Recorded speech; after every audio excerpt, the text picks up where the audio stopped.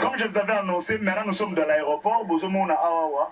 Avion yango wana bazokende donc eza ba jeté ba okende kanya makasi ici tozana bango ti place ba otika bango nde biso tozongela bino Volding Kiduka, je suis toujours avec vous.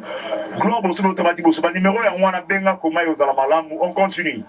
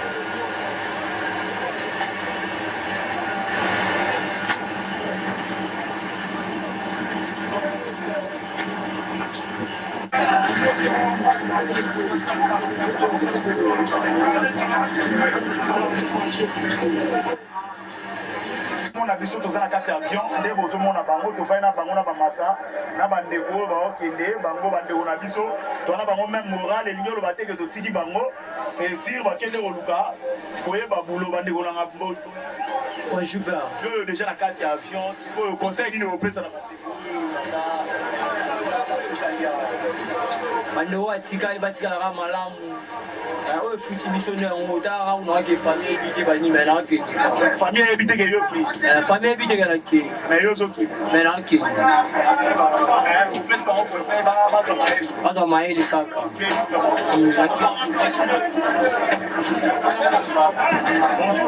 Bonjour. bonjour ndeko mobasi conseil napesi bandeko na nga eza nini biso bao nde toaboye toa bato mabe te neti nga mutu na oloba na mutu ya mabe te ma bakangi ngai vakabondage ngai naki onyokwama mpo na mboka likolo mabe bandinga na biso mosusu basalaka me na nsima bayebaka nde nini oswanye bayebaka nde nini otambola soki otambolaka na botau bakomata avion na pepe olokwa nde biso tomati kokende konyokwama likolo ya mosala ya Congo.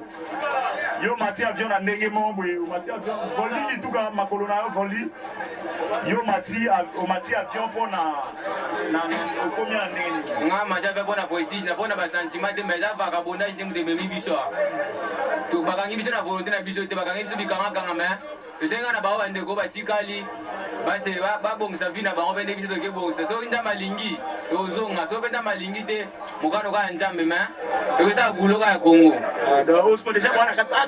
na kati ya avion ata na kati ya avion nabwenda boye kokende na soda yango nzambe ye moko ayebi bamea bapea balelalela te nakei na mwa mobali na ozonga ekosimba volingi tuka on continue ndeko na ngai yayo liloba ezali mpona bao batikali bamasa batikali bona osengaka na bamasa batikali yayebaka ndenge obeta na terrain bona miso terrain mambo echantier kua ngai oyo bachantier ngai oyo na miti bamati avion nake likolo me na osenga bandeko na nga mibali bamama bapapa balela mpona biso te toyaba mibali tozonga toya tokeluka vi oyo nyonso vi nyonso yango bamasa batikali bachantier batika lwenge badose nayebike na miso toa na kati ya avion tokende tovoyage tokende me na osenga bamasa badose baluka misala tokeluka misala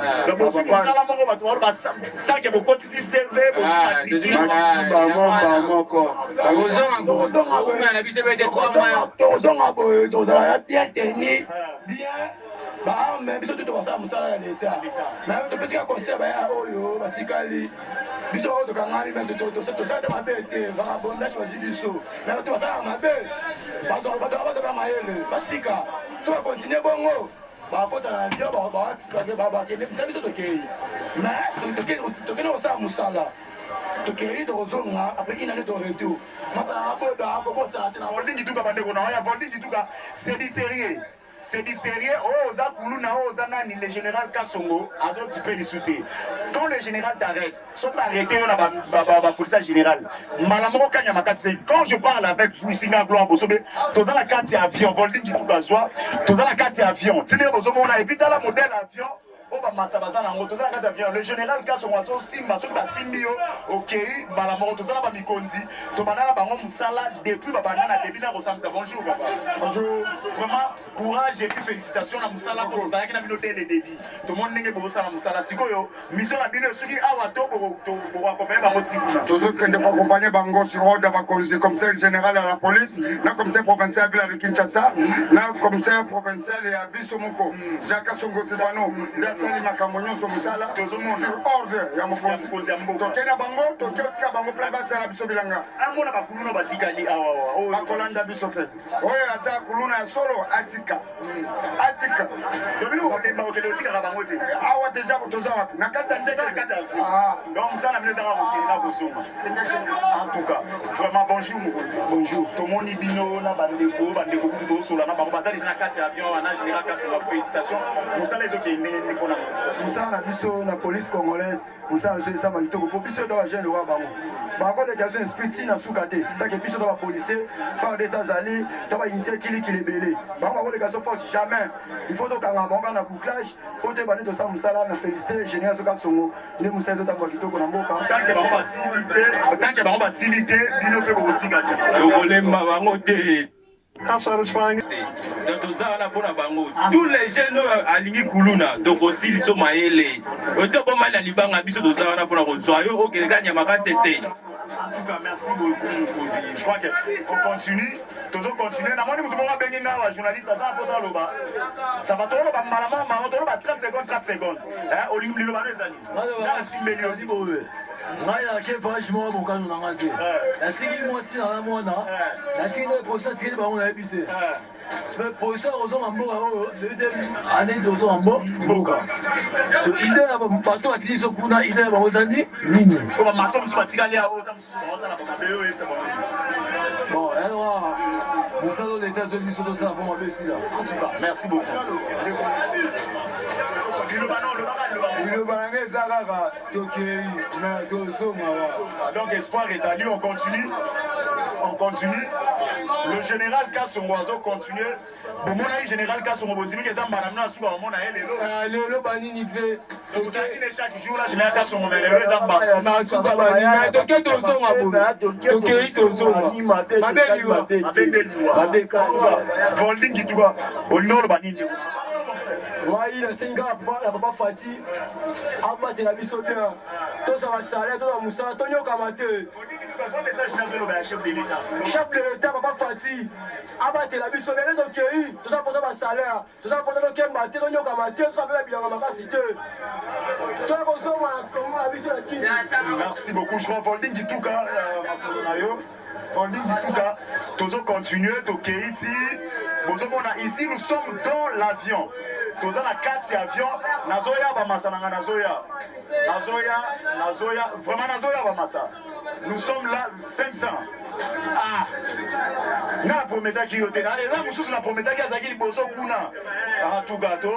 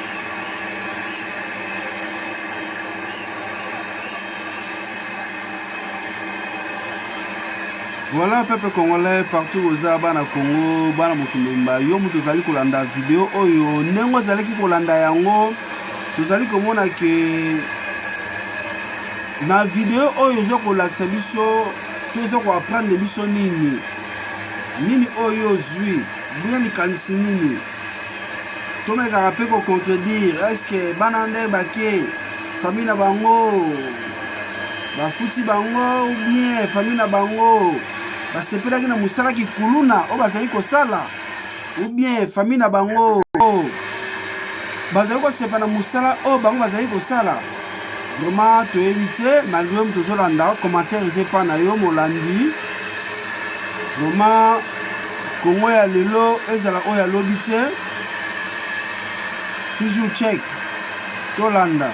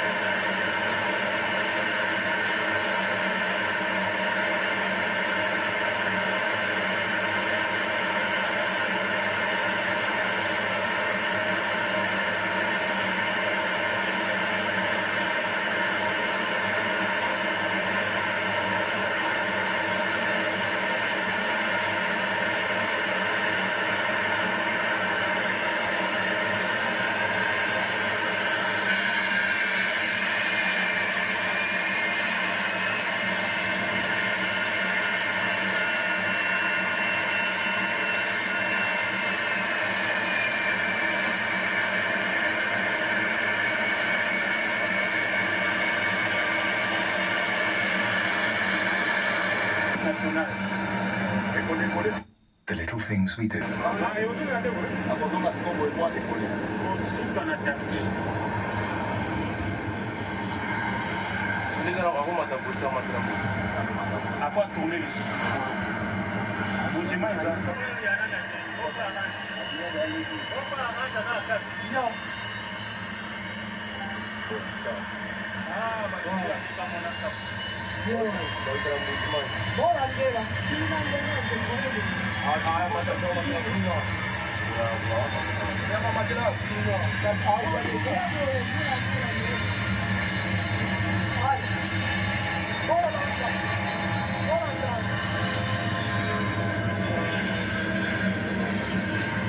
Voilà commentaire ezate bake Lubumbashi bake komona mwana nsapo bake émission de service.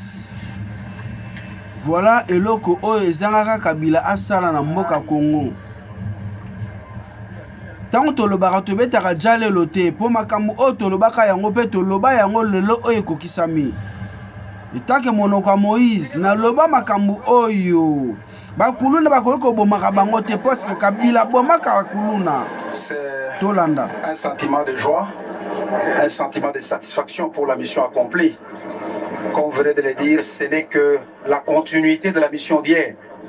Vous vous rappellerez que hier, l'autorité de la province a mis à la disposition du service national ces jeunes que nous appelons jeunes désœuvrés, qu'on appelle communément à Kinshasa Kuluna, qu'on venait de les mettre à la disposition du service national pour encadrement, formation, puis utilisation.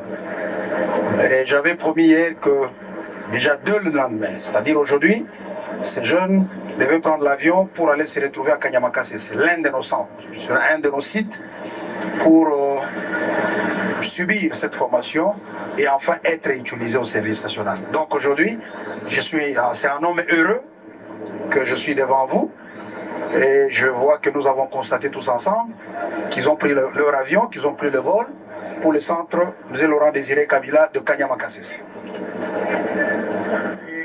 Nous voulons savoir, ils vont aller directement à Kanyama ou il y a un centre de transit parce que Kanyama c'est quand même loin, c'est pas...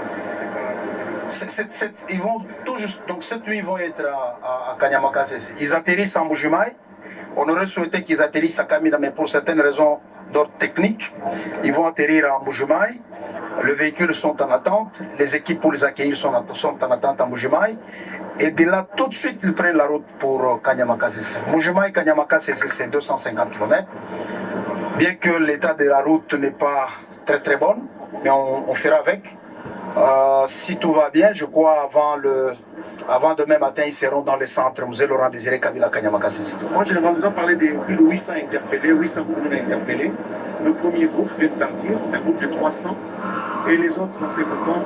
L'opération va continuer. En fait, d'ici vendredi, on va vous appeler encore pour une autre vague qui va partir le vendredi. Et chaque semaine, je crois, nous aurons deux vagues qui vont pouvoir partir. L'objectif étant d'atteindre dans un premier temps 2000 qui vont être évacués.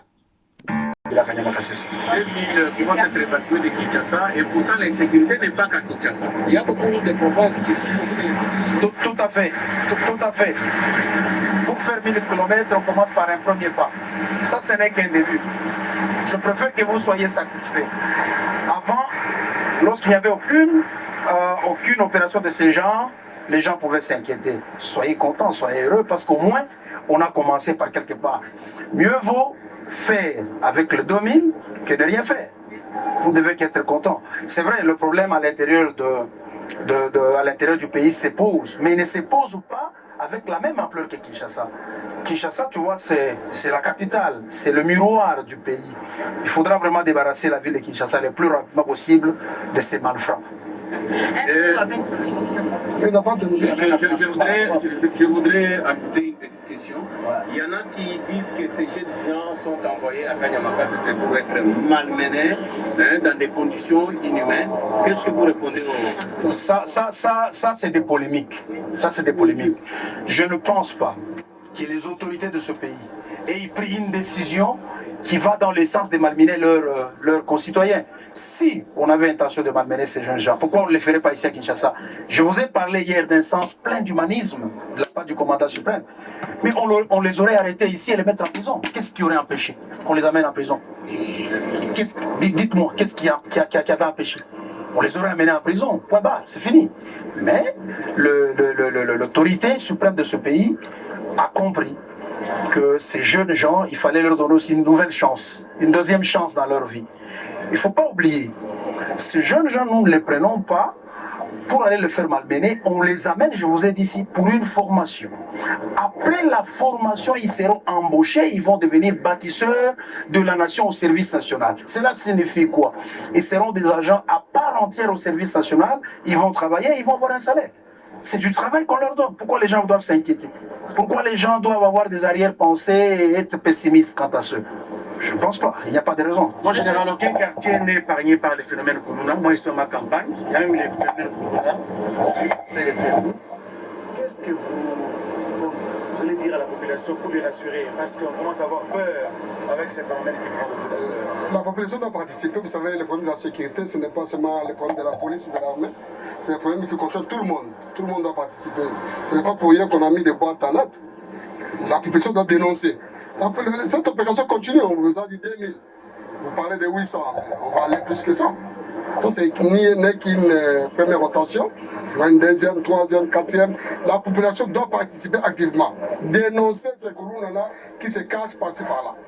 La police, et ils vont partir à Kanamagassé pour être utiles à la société.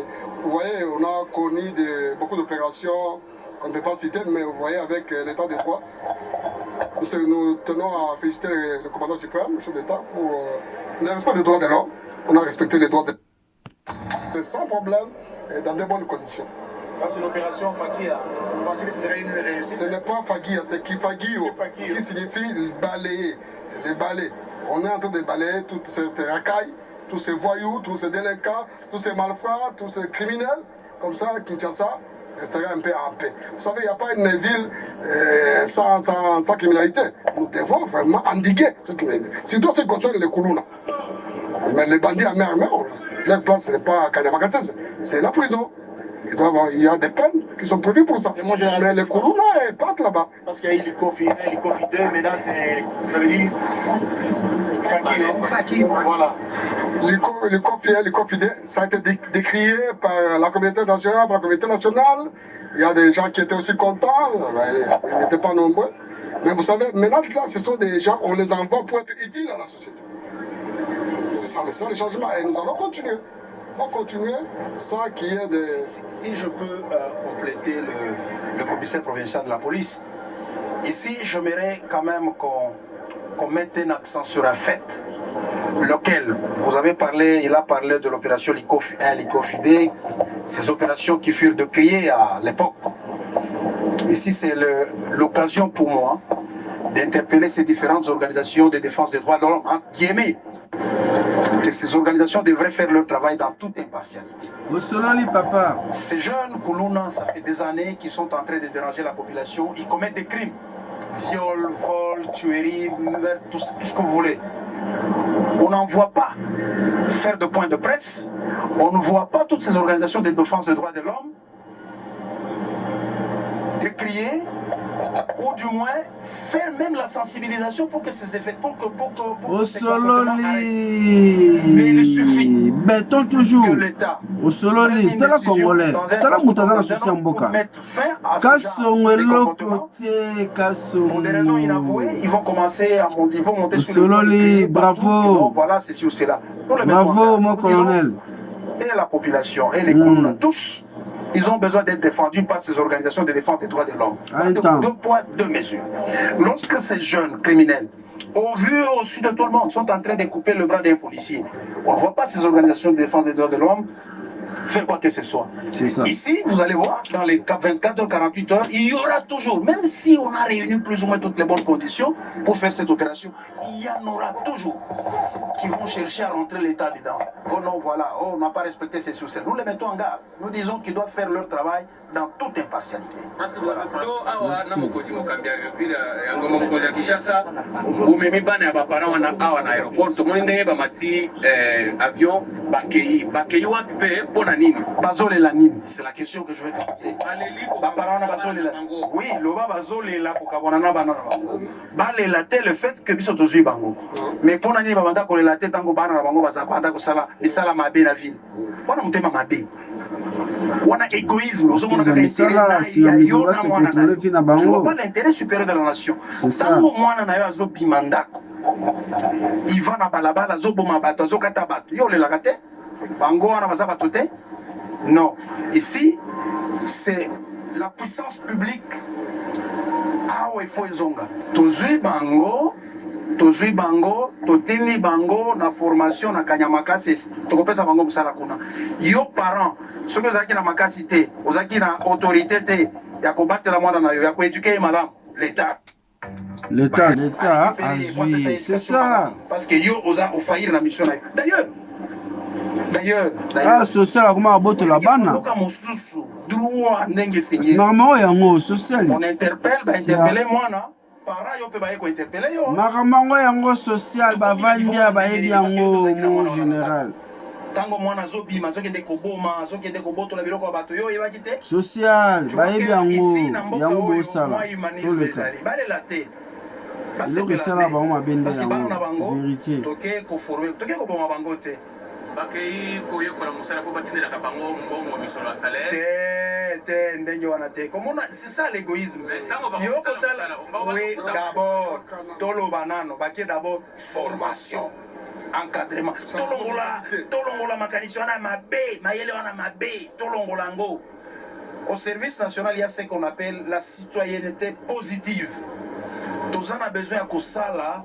citoyen azala patriote oyo alingi mboka na ye oyo akondima même kose sacrifie mpo na mboka na ye nde eloko tolingi totia d'abord na mitu na bango kopesa bango mosala ça peut se faire mais na état oyo baza nango yo opesi ye mosala akoyeba biloko nyonso koboma baninga na ye tosokola nano makanisi apres nde topesa bango mosala donc bapara bazela soki bakoki basali formation malamu parce que bango soki otango mosusu bakokoka te soki basali formation malamu baoyo tokomona topesi bango certificat ya bâtisseur tomoni que akoki na ye nde tokotisi na service national abandi kozwa salaire abandi kosala mosala azwi salaire wana tokolobaki akotinda ndambo na baboti na ye mais pour l'instant c'est d'abord la formation topase maloba na mokonzi ya la police ya Kinshasa mon général lelo tomoni bana ebele bakei ndenge bolobaki bakokende tokanisaki ezali ndo tozokande lelo tomoni réalité ebele bakei message nini okopesa na population ya ville ya Kinshasa population na biso ya Kinshasa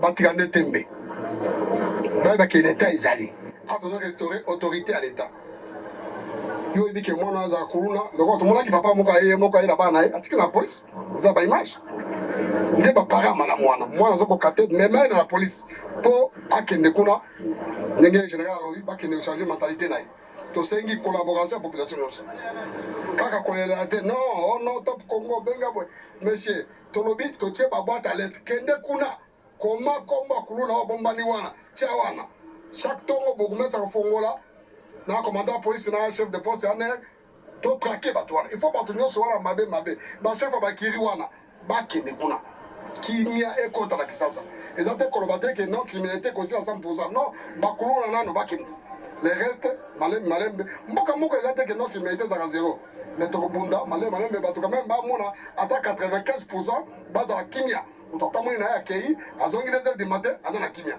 eza te moto akonda kobanga ono bakobotela ecombo non wana tozobunda topesi longoli na mokonzi ya mboka ndenge apesi biso makoki ya kosala mosala oyo ya kolongola bato bakende na bakulula bakende na kanyama eza première fois bakulula balongola bakende kanyama sasi soki bobite eza première fois longoli mpona ye mpona respect ya droit de l'homme.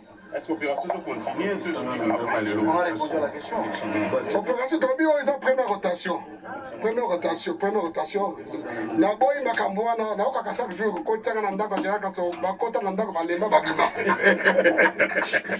Zouane Kombo Amutouana, Kendeko dénoncer comment, dans l'aide, Tchana Komi. Comme ça, vous avez Malamou, population, police, vous collaborer, mariage Moko, pour Koulouna ici. Moi, général, Moi, général, ni de espérer lobby à la ville à Kinshasa concernant la sécurité par rapport à l'opération Boubandisi. Concernant la sécurité, la collaboration. Beaucoup trop espérer collaboration. Surtout collaboration, c'est malamou. Population à Bisso. Pour les mettre. Parce que Batouana, na bazar, na caractère minute. Na baveni, papa, on a mabango. Bien, on a besoin de dénoncer. Ce qui peut dénoncer de travail malam, pour moi, qui n'y a pas de oh, la salle Mabé, plein Azali, Aza condamné, à quelle prison? Oh, il va me soucier, ceux qui va plaigner à Mingi Babangaka. À ton juillet, tous un fichier, à matière avion, à qui can embrasser. Mais tu peux quand même c'est pas comme côté. Pourquoi ils attaquent les Zakaka? Commandant service absolument bien Zakaka et Bandel. Mais tu peux à Kuna, à Lumbashi, pas quoi côté. Ils attaquent non, donc tu n'as pas côté Moko. Et ça, national, service national.